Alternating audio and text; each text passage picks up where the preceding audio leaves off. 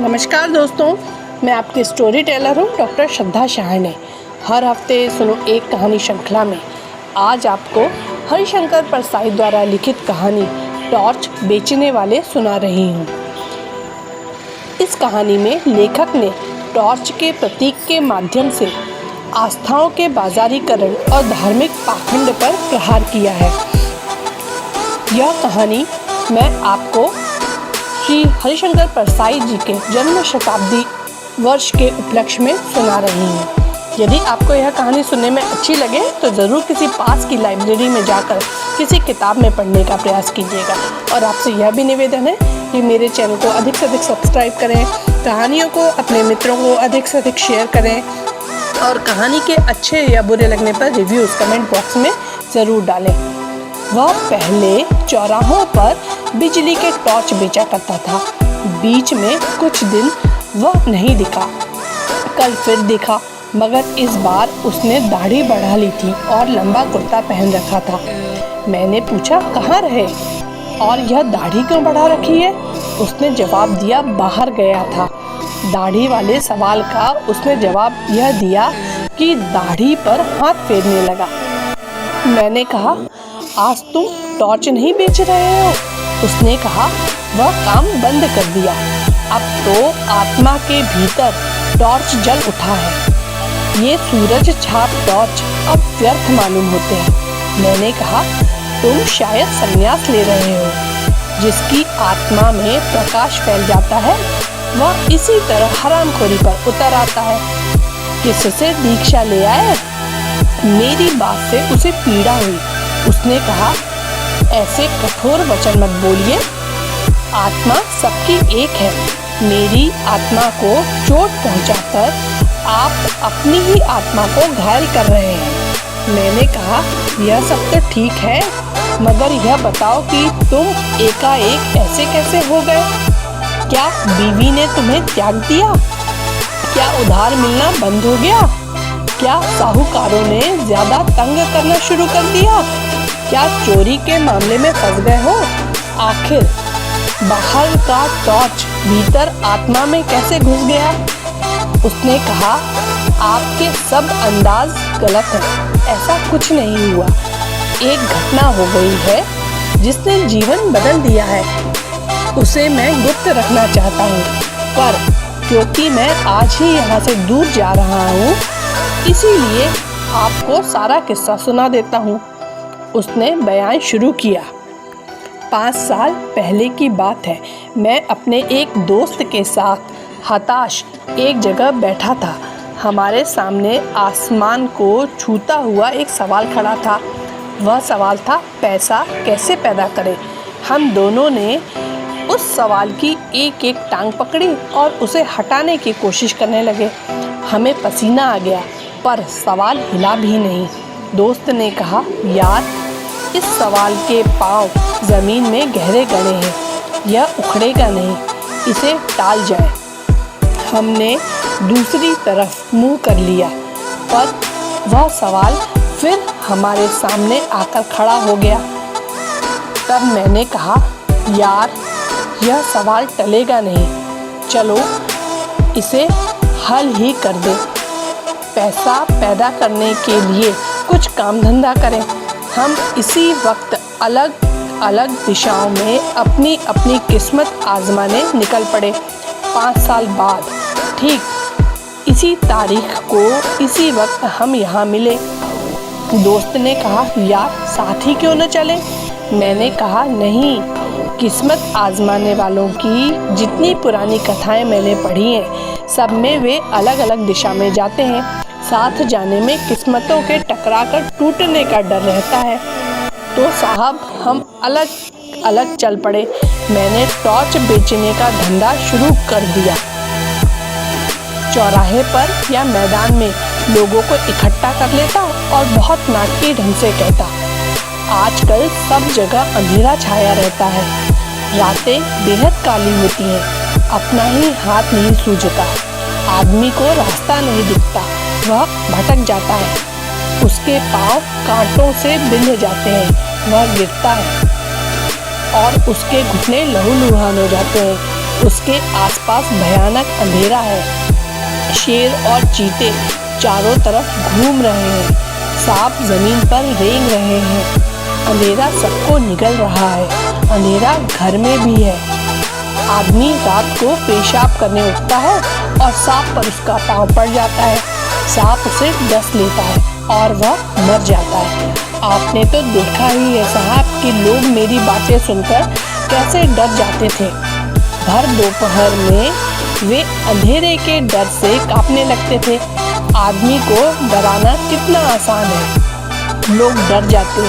तब मैं कहता, भाइयों, यह सही है कि अंधेरा है, मगर प्रकाश भी है। वही प्रकाश मैं आपको देने आया हूँ। हमारी सूरज छाप टॉर्च में वह प्रकाश है जो अंधकार को दूर भगा देता है। इसी वक्त सूरज छाप टॉर्च खरीदो और अंधेरे को दूर करो। जिन भाइयों को चाहिए हाथ ऊंचा करें। साहब, मेरे टॉर्च बिक जाते और मैं मज़े में ज़िंदगी गुजारने लगा। वायदे के मुताबिक ठीक 5 साल बाद मैं उस जगह पहुंचा जहां मुझे दोस्त से मिलना था। वहां दिन भर मैंने उसकी राह देखी। वह नहीं आया। क्या हुआ? क्या वह भूल गया, या अब वह इस असार संसार में ही नहीं है? मैं उसे ढूंढने निकल पड़ा। एक शाम जब मैं एक शहर की सड़क पर चला जा रहा था, मैंने देखा कि पास के मैदान में खूब रोशनी है और एक तरफ मंच सजा है। लाउड स्पीकर लगे हैं। मैदान में हजारों नर नारी श्रद्धा से झुके बैठे हैं। मंच पर सुंदर रेशमी वस्त्रों से सजे एक भव्य पुरुष बैठे हैं। वे खूब पुष्ट हैं। सवारी हुई लंबी दाढ़ी है और पीठ पर लहराते लंबे केश हैं। मैं भीड़ के एक कोने में जाकर बैठ गया। भव्य पुरुष फिल्मों के संत लग रहे थे। उन्होंने गुरु गंभीर वाणी में प्रवचन शुरू किया। वे इस तरह बोल रहे थे जैसे आकाश के किसी कोने से कोई रहस्यमय संदेश उनके कान में सुनाई पड़ रहा है, जिसे वे भाषण दे रहे हैं। वे कह रहे थे, मैं आज मनुष्य को एक घने अंधकार में देख रहा हूँ। उसके भीतर कुछ बुझ गया है। यह युग ही अंधकार में है। यह सर्वग्राही अंधकार संपूर्ण विश्व को अपने उदर में छिपाए है। आज मनुष्य इस अंधकार से घबरा उठा है। वह पथभ्रष्ट हो गया है। आज आत्मा में भी अंधकार है। अंतर की आंखें ज्योतिहीन हो गई है। वे उसे भेद नहीं पाती। मानव आत्मा अंधकार में घुटती है। मैं देख रहा हूँ मनुष्य की आत्मा भय और पीड़ा से त्रस्त है। इसी तरह वे बोलते गए और लोग स्तब्ध सुनते गए। मुझे हंसी छूट रही थी। एक दो बार दबाते दबाते भी हंसी फूट गई और पास के श्रोताओं ने मुझे डांटा। भव्य पुरुष प्रवचन के अंत पर पहुंचते हुए कहने लगे, भाइयों और बहनों, डरो मत। जहां अंधकार है वहीं प्रकाश है। अंधकार में प्रकाश की किरण है। जैसे प्रकाश में अंधकार की किंचित कालिमा है, प्रकाश भी है। प्रकाश बाहर नहीं है, उसे अंतर में खोजो। अंतर में बुझी उस ज्योति को जगाओ। मैं तुम सबका उस ज्योति को जगाने के लिए आह्वान करता हूँ।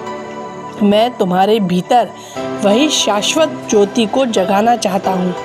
हमारे साधना मंदिर में आकर उस ज्योति को अपने भीतर जगाओ। साहब, अब तो मैं खिलखिलाकर हंस पड़ा। पास के लोगों ने मुझे धक्का देकर भगा दिया।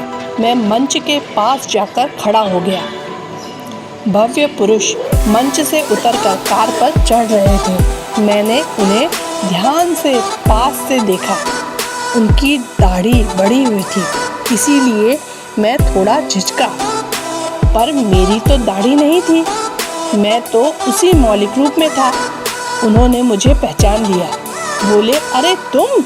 मैं पहचान कर बोलने ही वाला था कि उन्होंने मुझे हाथ पकड़कर कार में बिठा लिया। मैं फिर कुछ बोलने लगा तो उन्होंने कहा, बंगले तक कोई बातचीत नहीं होगी। वहीं ज्ञान चर्चा होगी। मुझे याद आ गया कि वहाँ ड्राइवर है। बंगले पर पहुंचकर मैंने उसका ठाट देखा। उस वैभव को देखकर मैं थोड़ा झिझका, पर तुरंत ही मैंने अपने उस दोस्त से खुलकर बातें शुरू कर दी। मैंने कहा, यार तू बिल्कुल बदल गया। उसने गंभीरता से कहा, परिवर्तन जीवन का अनंत क्रम है। मैंने कहा, साले फिलॉसफी मत भगा, यह बता कि तूने इतनी दौलत कैसे कमा ली 5 सालों में। उसने कहा, तुम इन सालों में क्या करते रहे? मैंने कहा, मैं तो घूम घूम कर टॉर्च बेचता रहा। सच बता, क्या तू भी टॉर्च का व्यापारी है? उसने कहा, तुझे क्या ऐसा ही लगता है? क्यों लगता है? मैंने उसे बताया कि जो बातें मैं कहता हूँ वही तू कह रहा था। मैं सीधे ढंग से कहता हूँ, तू उन्हीं बातों को रहस्यमय ढंग से कहता है। अंधेरे का डर दिखाकर लोगों को टॉर्च बेचता हूँ। तू भी अभी लोगों को अंधेरे का डर दिखा रहा था। तू भी जरूर टॉर्च बेचता है। उसने कहा, तुम मुझे नहीं जानते, मैं टॉर्च क्यों बेचूंगा? मैं साधु, दार्शनिक और संत कहलाता हूँ। मैंने कहा, तुम कुछ भी कहला, बेचते तुम टॉर्च हो। तुम्हारे और मेरे प्रवचन एक जैसे हैं, चाहे कोई दार्शनिक बने, संत बने या साधु बने। अगर वह लोगों को अंधेरे का डर दिखाता है तो जरूर अपनी कंपनी का टॉर्च बेचना चाहता है। तुम जैसे लोगों के लिए हमेशा ही अंधकार छाया रहता है। बताओ, तुम्हारे जैसे किसी आदमी ने हजारों में कभी भी ये कहा है कि आज दुनिया में प्रकाश फैला है? कभी नहीं कहा। क्यों? इसलिए कि उन्हें अपनी कंपनी का टॉर्च बेचना है। मैं खुद दोपहर में लोगों से कहता हूँ कि अंधकार छाया है, बता किस कंपनी का टॉर्च बेचता है? मेरी बातों ने उसे ठिकाने पर ला दिया। उसने सहज ढंग से कहा, तेरी बात ठीक ही है, मेरी कंपनी नई नहीं है, सनातन है। मैंने पूछा, कहाँ है तेरी दुकान? नमूने के लिए एक आध टॉर्च तो दिखा। सूरज छाप टॉर्च से बहुत ज़्यादा बिक्री है उसकी। उसने कहा, उस टॉर्च की कोई दुकान बाजार में नहीं है, वह बहुत सूक्ष्म है, मगर कीमत उसकी बहुत मिल जाती है। तू 1-2 दिन रह तो मैं तुझे सब समझा देता हूँ। तो साहब, मैं 2 दिन उसके पास रहा। तीसरे दिन सूरज छाप टॉर्च की पेटी को नदी में फेंककर नया काम शुरू कर दिया। वह अपनी दाढ़ी पर हाथ फेरने लगा। बोला, बस 1 महीने की देर और है। मैंने पूछा, तो अब कौन सा धंधा करोगे? उसने कहा, धंधा वही करूँगा, यानी टॉर्च बेचूंगा, बस कंपनी बदल रहा हूँ। यदि आपको यह कहानी सुनने में अच्छी लगी हो तो ज़रूर इसे अपने मित्रों को शेयर कीजिएगा। धन्यवाद।